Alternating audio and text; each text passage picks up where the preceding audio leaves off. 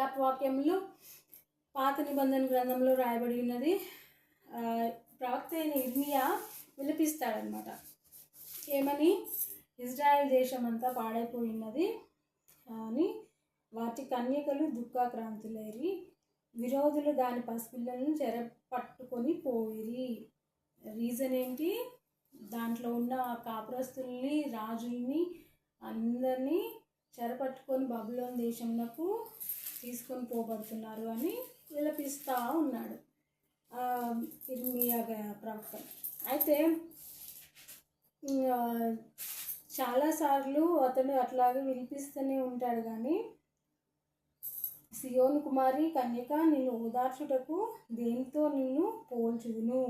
నీకు కలిగిన నాశనము సముద్రమంత గొప్పది, నిన్ను స్వస్థపరచగలవాడెవడు అని అంటాడనమాట. అలాగే కానీ 3వ అధ్యాయంలో బహు చక్కనైన వచనములు రాయబడి ఉన్నవి. 3వ అధ్యాయము 21వ వచనము.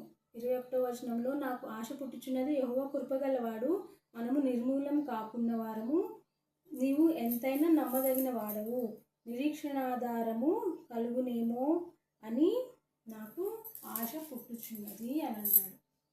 అయితే అంత విలపిస్తూ కూడా, అంత చెరలోకి తీసుకొని పడబోతుండగా కూడా అతడికి నిరీక్షణ ఆధారము నాకు యెహోవా యందు ఉన్నది అని మధ్యలో తన యొక్క హోప్, నిరీక్షణను బయలుపరుస్తూ ఉన్నాడు. మేము నిర్మూలం కాము అని చెప్తున్నాడు అన్నమాట. ఆశ పుడుతుంది నాకు, నిర్మూలం కాకుండా ఉంటాము అని. అలాగే లాస్ట్ అధ్యాయంలో 5వ అధ్యాయంలో 21వ వచనంలో, మా పూర్వస్థితి మరలా మాకు కలుగచేయుము అని విలపిస్తున్నాడు అన్నమాట.